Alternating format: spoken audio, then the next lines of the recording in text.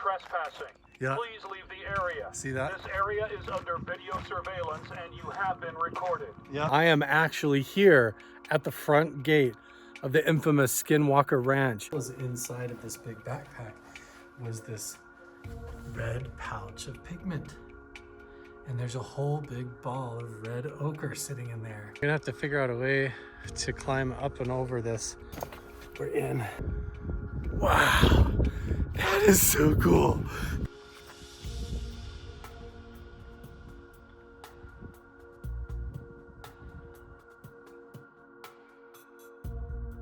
Definitely a grinding stone. This is just amazing. Sure enough. Wow, these are so cool.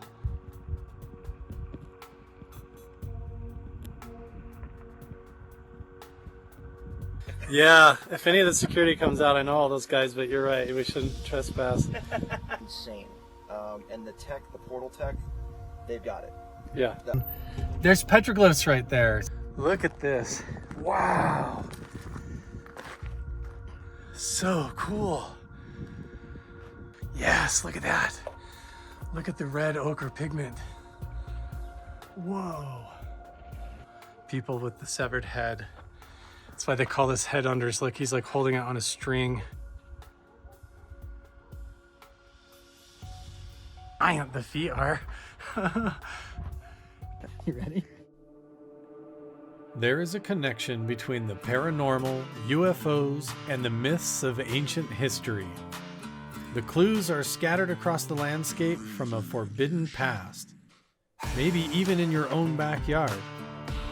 There is a connection between the true nature of our reality, consciousness, and the unexplained. I'm Carl the Crusher. Let's explore the unknown.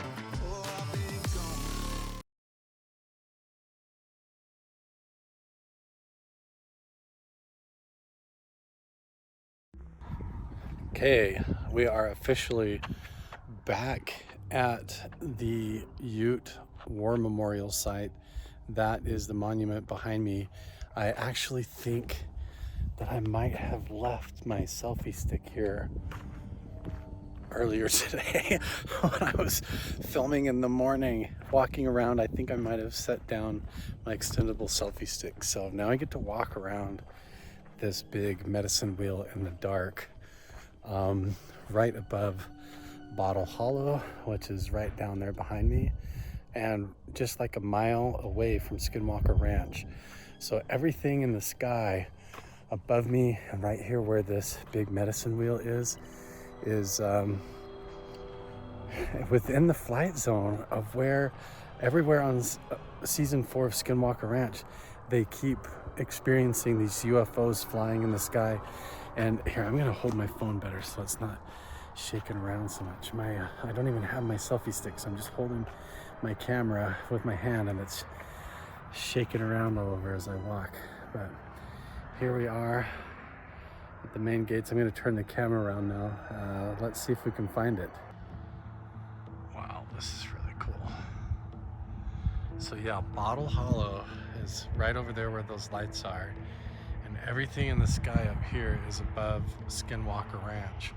So all of the anomalies that you're seeing on season 4 in the sky, the UFOs, UAPs, if there's anything flying around over Skinwalker Ranch, we're gonna see it. And so I've actually brought my night vision and thermal imaging and all that, and we're gonna sit right there on the truck, right here next to this big medicine wheel, and we're gonna see if we notice any UAPs. Man, the moon, I don't think the camera's gonna do it any justice, but the moon just looks amazing tonight. Floating up here in the spooky clouds, it looks like it would be really cool to see a UFO. It's kind of amazing that my iPhone's even getting the stars right now. Maybe we'll see something. Okay, so what we're gonna do right now is just walk through here, back around this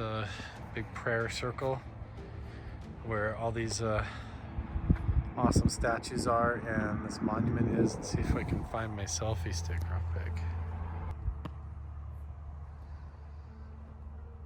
Man, it's so cool coming here at night.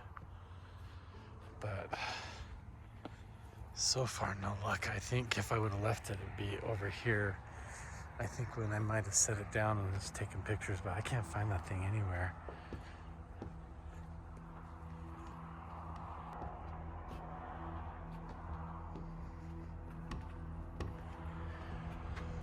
And I don't know if there's anybody out here hiding around either, so walking around in the dark out here, never know. If somebody's trying to sleep here or something. But I think we're alone.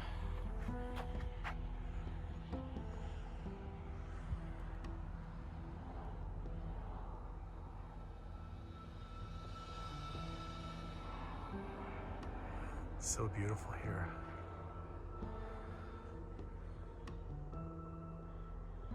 But no selfie stick. I don't know where I left that. It's always some kind of a treasure hunt. Oh wait, is this it? What is that? No. It's just a strip of grass on the sidewalk. I know I came out here and stood right here and took some pictures, but I have no idea where that went. It's time to switch over to the night vision. This is the Psionics Aurora Black that I'm going to be using on night vision. It's a digital night vision recorder.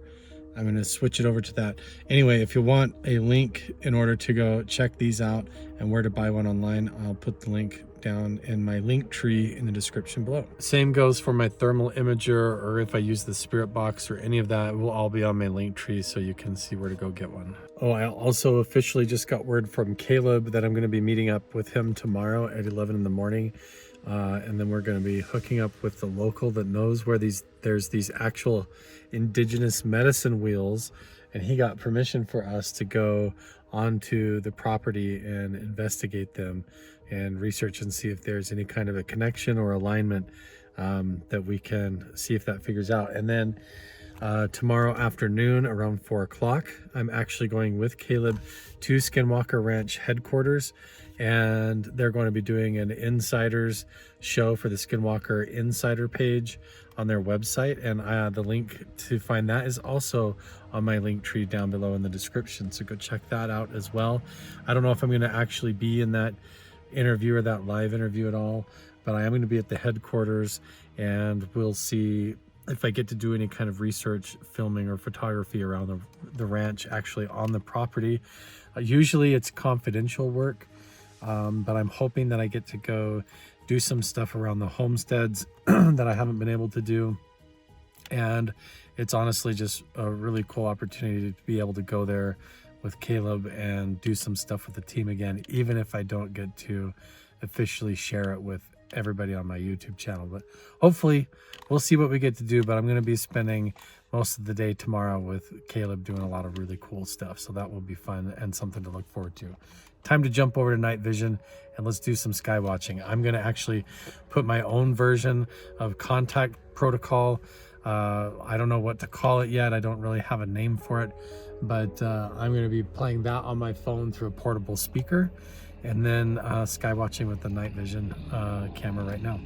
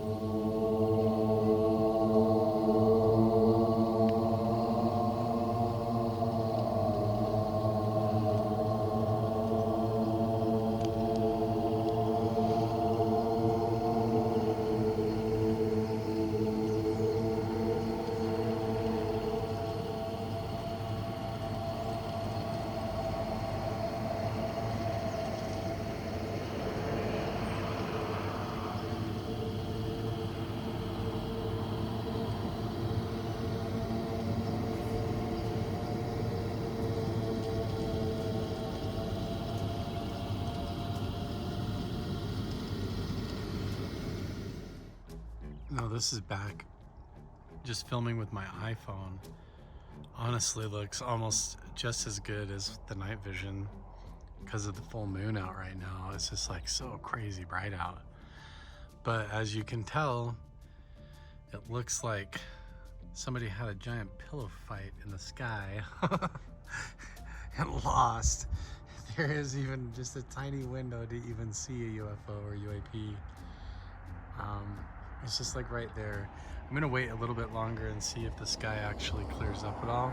But right now there's nothing to see here really. Good news is, like I said, I've been texting back and forth with Caleb basically half the time that I've been sitting here sky watching, and it looks like, yeah, tomorrow I'm going to be going to look at some awesome indigenous medicine wheels that are up in the desert a little bit in a really cool spot I've never been to before or seen, and we'll see where we go from there. But I know for a fact that tomorrow I'm already going to be going to Skinwalker Ranch and probably getting to do some cool stuff there, and hopefully I'll be able to take everybody with me. All right, I'm gonna keep watching the sky for a minute. Otherwise, we might just call it a night.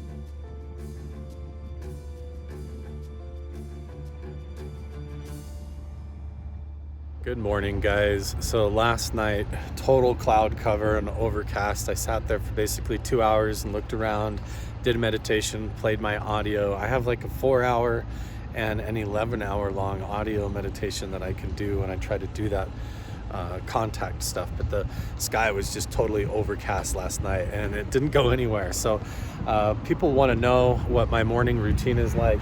I'm gonna kind of get in my truck and get out of the wind while I tell you guys, but basically I get up in the morning and I have my coffee, and then I do a meditation like today because I'm actually going to be going to Skinwalker Ranch headquarters with Caleb today. And so I'm at the Ute Tribal Plaza, going to be meeting up with Caleb Bench, the security officer at Skinwalker Ranch. We're meeting up here. I'm going to run in and grab a few supplies, water bottles, things like that.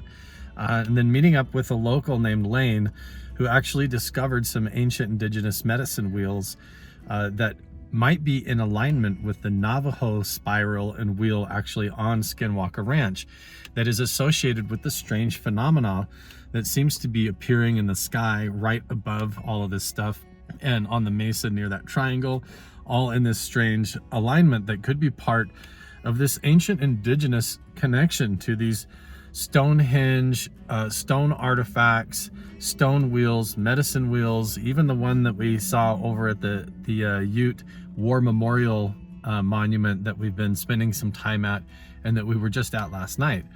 And so what I did this morning to get ready for today, because I know that I'm going to Skinwalker Ranch with Caleb today at 4 o'clock, and I don't know what we're going to be doing, what kind of investigating, walking around, if I get to do any kind of research or even go into the homesteads.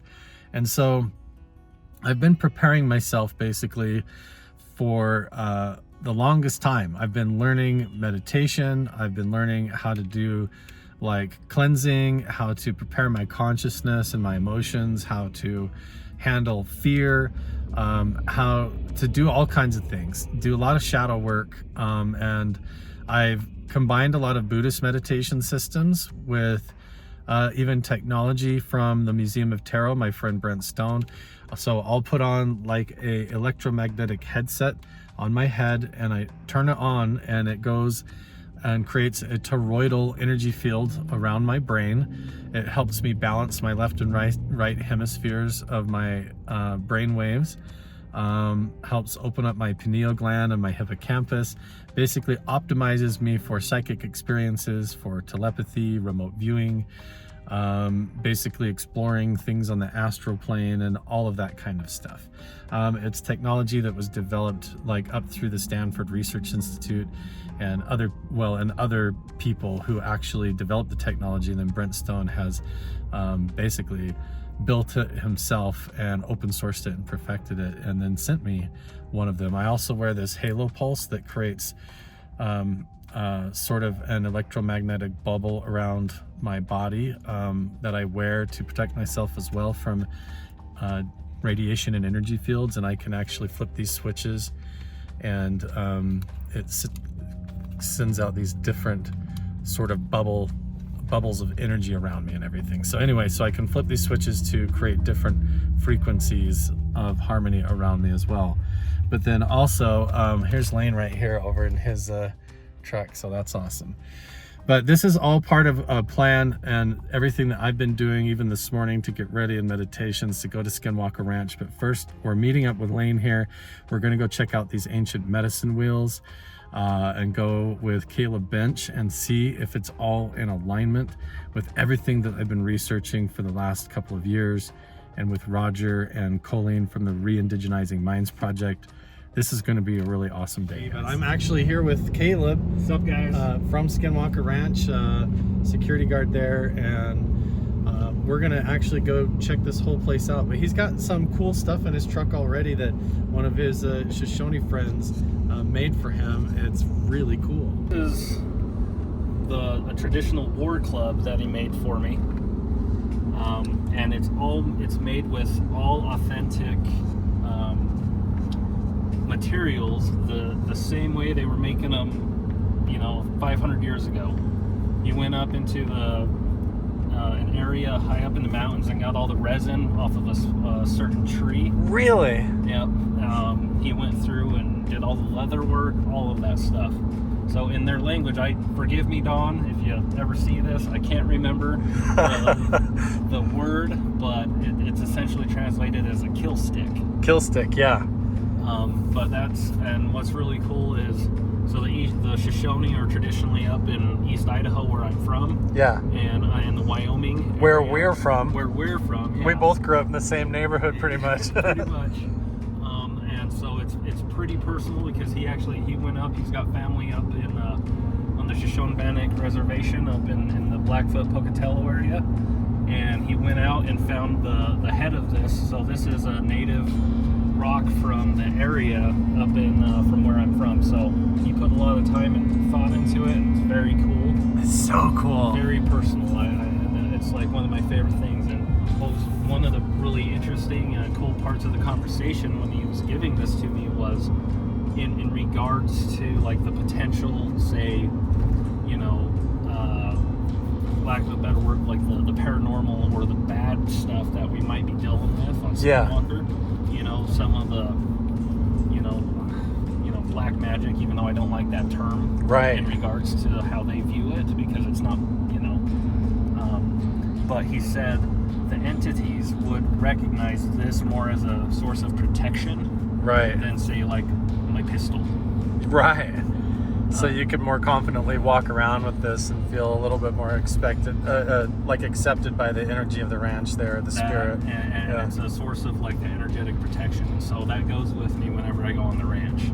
Oh yeah. And it's been, and also like it's something that like even if I leave it in my truck at my house, it's something that is there and can like help, do like a wording, if you will. It's like a really cool shaman scepter, but also an amazing kill stick that you could totally. And it's like, I love. Holy smokes, it's heavy. Yeah, and then so it's the wood in there and the leather and all that stuff. And, so wow. It's very hefty. He said when he gave it to me, he was like, it still had a couple weeks left for the resin to really set, but I've had it now for almost a year, I think. But yeah, it's one of my most prized things. That is so cool. And the detail in the way that he wove that is so tight, and it does not feel fragile at all. No, this is the legit the real deal. Yep. Very cool. And what was really kind of cool is, me being law enforcement and military and stuff, that's why he chose the white and the black. Yeah. As like the ode to that warrior culture, you and your career and like as an individual. That's so cool as a personal touch. Yeah. Oh yeah, and he I really appreciate that, and he took a lot of time and effort to create that, and it's very, very cool. That is amazing. That is so heavy. Yeah. So and that rock though, sadly, like that lava rock's. This is a little bit different from most of it because it is heavier. Yeah. But a lot of your traditional lava looks not very dense, you know, very light. Yeah. So you probably want to get very many hits on with that thing before it actually you had to get a new head. Right. But it would do the job Oh, when you it'll needed it. hurt. Oh my goodness. Yeah, for sure, man. I'm actually surprised at how close this is, Caleb. Right. This is pretty. How far would you say this is from the ranch or from the big war memorial wheel? In either direction, I would say about 20 minutes. 20 minutes. Oh, it's right there. Yeah. We're like right on it, off the side of the road. That's crazy. Holy smokes. So here's Lane hopping out over here. All right, we'll get out and give it a look. I'm the only one who's actually like not local pretty much from around here or living up here, but this is Lane, and Lane actually discovered this spot. You're saying you've lived up here most of your life. Yeah, I grew up just over the hill on a point, and I actually had a buddy. You're good. I actually had a buddy of mine show me this spot, and I've known about it for a while now. And I sent it to Carl and shared it with him, and now we're here. Yeah, we're trying to figure out if this is in any kind of an alignment with the medicine wheel that we're going to look at right here, wagon wheel, and we might have even spotted one on Google Earth on the hill up there. I don't even know if we have the ability to get over there because of the fences and stuff, but we might as well go over here and investigate this and BLM. Get up there. Oh yeah, it's all BLM. We could go check that out possibly. Well, cool. There might be one up there too. When I zoomed in on Google Earth, it looked like the same thing that we're going to see here, but we're going to try and see if it's in any kind of alignment with the like Navajo Stonehenge that you guys are having all this strange phenomena at Skinwalker Ranch. And it's part of all this expanded collaborative research that we're doing with locals in the community and with everything that I've been doing all over the state into Nevada and Arizona, and with the phenomena with Caleb's experiencing at Skinwalker Ranch and on the show. So let's go check out the wagon wheel. Yeah, that's amazing. This is like right on the hillside. All these beautiful flowers, Melanie. So Lane, you have been here and seen this before? Yeah, one time before, and you can see it from the highways you drive past just about every day. Yeah, now that it's like you see it and recognize, you know. Yeah. And I mean, does this mound look odd to any of you guys? I wouldn't say odd, but it's like you look at all the kind of the high points. Right.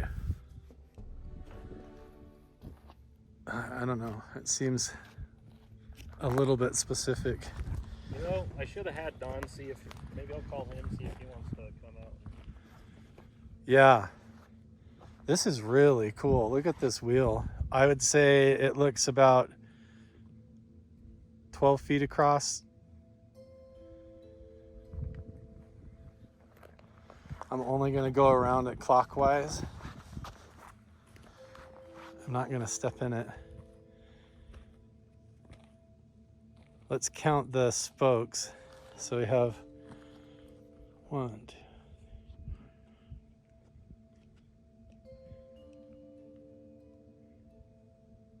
14. Never noticed those two black rocks in this. Yeah. 6, 7, 8, 9, 10. I think it's missing. It is like when I sent these pictures to one of my friends, it's missing a spoke. This one, which I bet points right to the other wheel that we think might be uphill.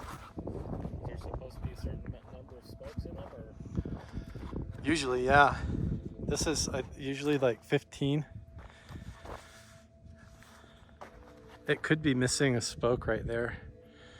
That I wonder if it's pointing to the maybe one up on the hill up there to go next, but I might be wrong. Trying to tell how old it is, but look at the sage growing up through the rocks. I would say that the vegetation has grown up after the stones were placed. Yeah, definitely like in the middle there for sure. Yeah.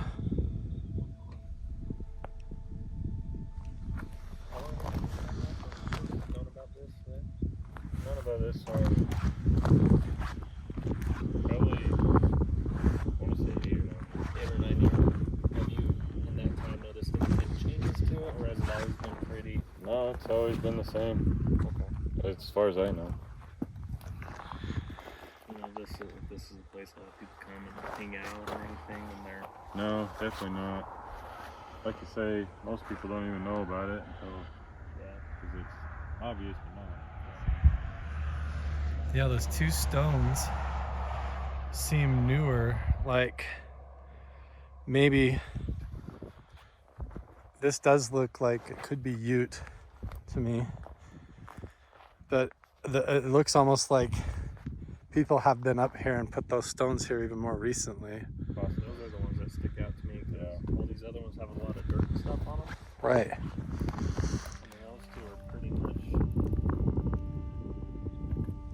Yeah, who knows how long they've really been there, but they're definitely kind of out of place, so definitely more recent.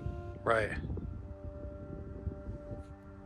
So that's really the whole mystery of these wagon wheels, medicine wheels, and sometimes they're sun circles. They'll have like a spire in the middle poking up to cast a shadow for direction and time of day and all that. They were even doing that a long time ago. But the question is, yeah, like Caleb just said, why here? Why face in this direction? Now, usually when they did these, they were supposed to be in conjunction with the North Star. So the wagon wheel was a symbol of the chariot in the sky or the wheel in the sky. So basically, I'm gonna come back over on this side to show you, come clockwise around it. And so this medicine wheel, they would go around it clockwise in conjunction with the Big Dipper going around the North Star. And the idea is that it would open up their consciousness spiritually to these other wheels or other points. So maybe they were communicating telepathically or using that to interface with the other places, or who knows, just spiritual sacred spots.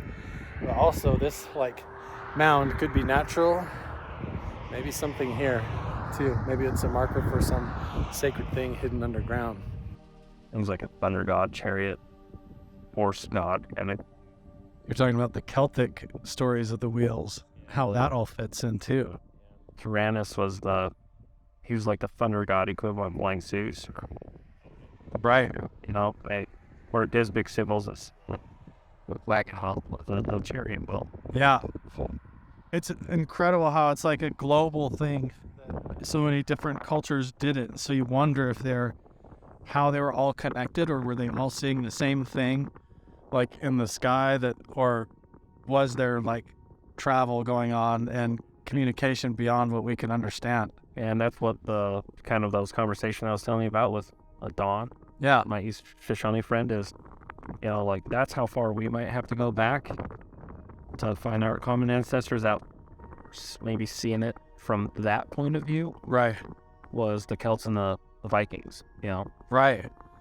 Or maybe, part of the mystery and what I've been talking to my Pacific Northwest, like Dene and different Navajo friends, is that they would communicate, like maybe the Celts and the Norse and even the Aztecs and stuff were somehow in a type of psychic or telepathic communication by using these glyphs and the cosmos, some kind of quantum entanglement thing, which would be interesting, because why did Bigelow, during his era, when our friend Chris Bartell was working here, why were half of their team were all psychic spies doing the same stuff out of Stanford, right?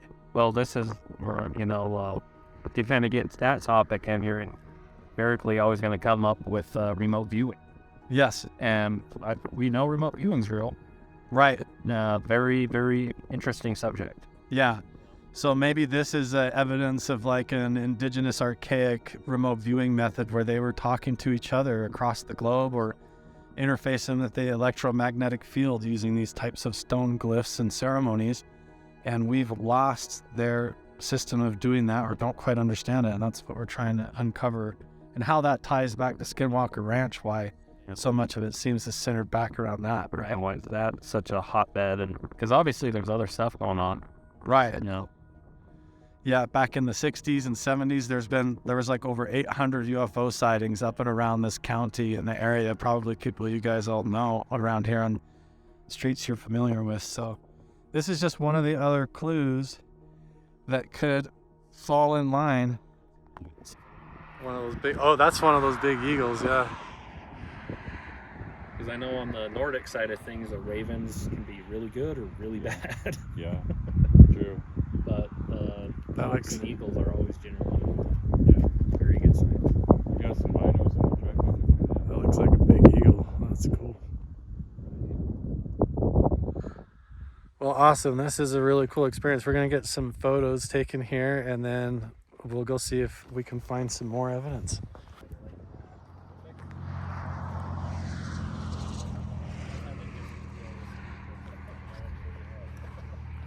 Take them.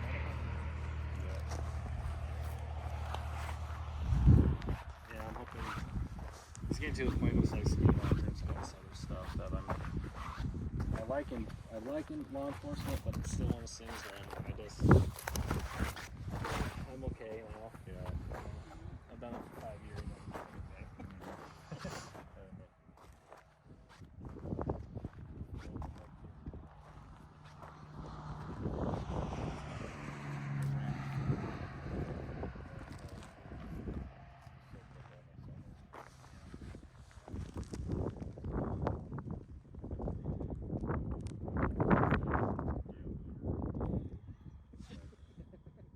I saw Carl talking about on his 5 biggest theories about Skinwalker Ranch. Yeah. And he mentioned the Skinwalker, and I sent him a pin of this one that I knew about. And through conversation, it kind of got the idea started, like, what if these line up? And so I put a pin on Google Earth between that one and this one, and I went northeast with it, and it goes right through the middle of the Skinwalker Ranch. Right through McConkey, where all the petroglyphs are up there? Really? And also it hits a cliff, on only one cliff up in the UN Mountain. Because there is pictographs of wagon wheels like this on the walls up there in McConkey even. Yeah. There's one that they even call the McConkey Ranch Stonehenge, and that part of the petroglyphs, among others, are now off limits, and you're not even allowed to go see. Yeah, they roped them off and changed the access point. I just went there yesterday, and so where this glyph is and other interesting ones, I obviously went under the rope and filmed it anyways, but I didn't see the wheel this time, but I think I do have footage of it last time I was up here. That's my thing. Is who's shutting it down? They said that it's from defacing it, but honestly, there's the very first panel there. They've got a mislabeled glyph that is, they say, is an antelope that's actually a skinwalker. Oh, okay. And there's other stuff up there. That's one of those things that, like, I get it. Like, we got to protect these sites and stuff, Yeah. and that's important. But at the same time, it's like, who's the ones who are coming in and shutting this stuff down? Yep. Saying that you can't go there anymore. And that's happening more and more. It's almost like a race for me to get to some of these sites and record them before they're either vandalized or totally cut off and you can't even go there. This is I won't mention his name on this, but we've been shown some very Interesting artifacts. Yeah. And I'm not going to go into more than that, but you can tell that, like the one specifically, you could tell that it had been blown up. Yeah. Someone intentionally went in and blew it up. And Yeah. Like, to have that kind of mentality, or to have that kind of Yes. that there were pictures or something taken of it prior. Yeah. Or there was a record made of it, and then it was destroyed. A lot of giant boulders with glyphs on them have actually been removed and are in private collections now. And I can tell you, every single site that I've been to, even the ones I went to yesterday here, I can show you where half of them have been busted off or intentionally broken off of the cliff face or wall and put face down so to hide whatever was there, or it was stolen. Like right where it would have got interesting is completely gone or defaced. But it looks like it was done a long, long time ago. Like it doesn't, but it is interesting.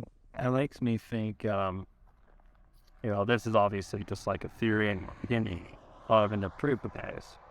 but makes me think about the reported city in the Grand Canyon in the Yeah. early 1900s, before the Grand Canyon was shut down as a... When E.G. Kincaid went down there for the Smithsonian for Teddy Roosevelt, I just did a whole video about that.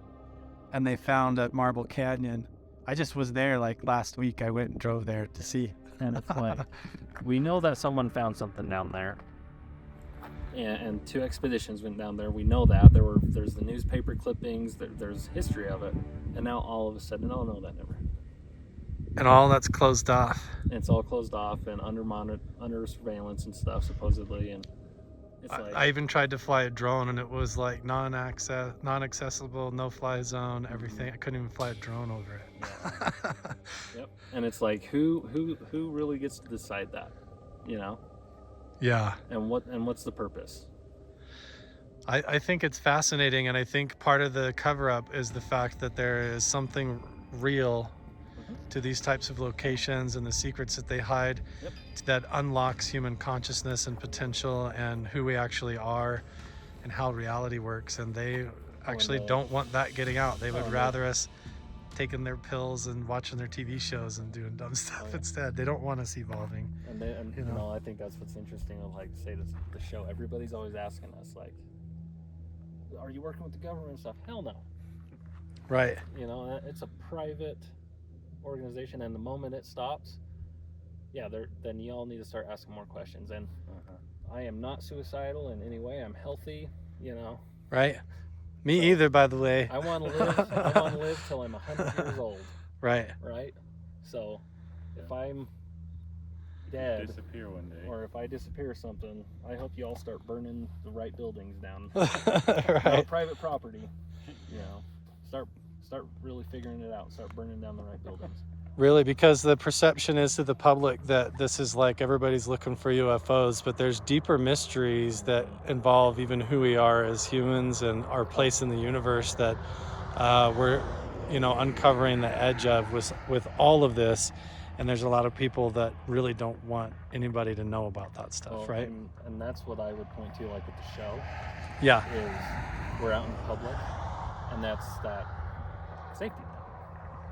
Because either you're by yourself and you're not telling anybody, and you're figuring all this out, and you're staying under the radar, you know, or you have to have that giant platform that everybody sees you, and that's that safety blanket. Almost like a protection because it's that, out there. Because So it's out there, everybody, people know who you are, people are aware, and that's where again, like, we're not, you know, when it comes to the show, we're not making any of that up.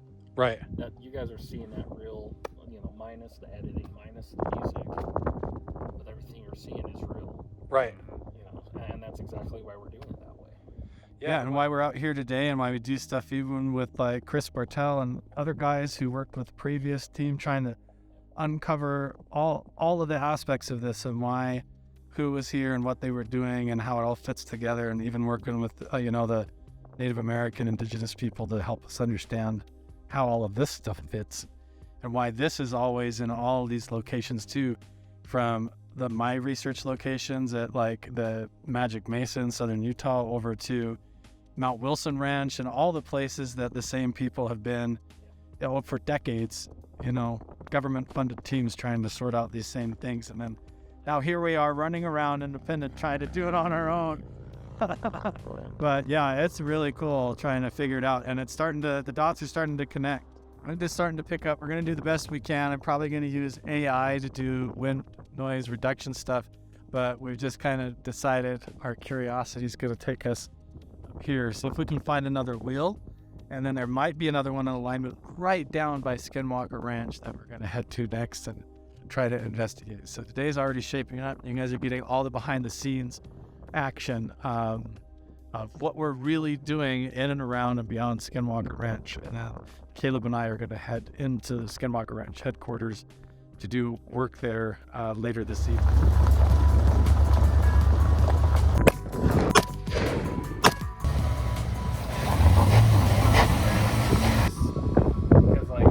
Because now, seeing it didn't want us to see it too much because now it's in shadow. All these little fingerprints are just tiny. Holy smokes. the main gate right over there. This is Homestead 1,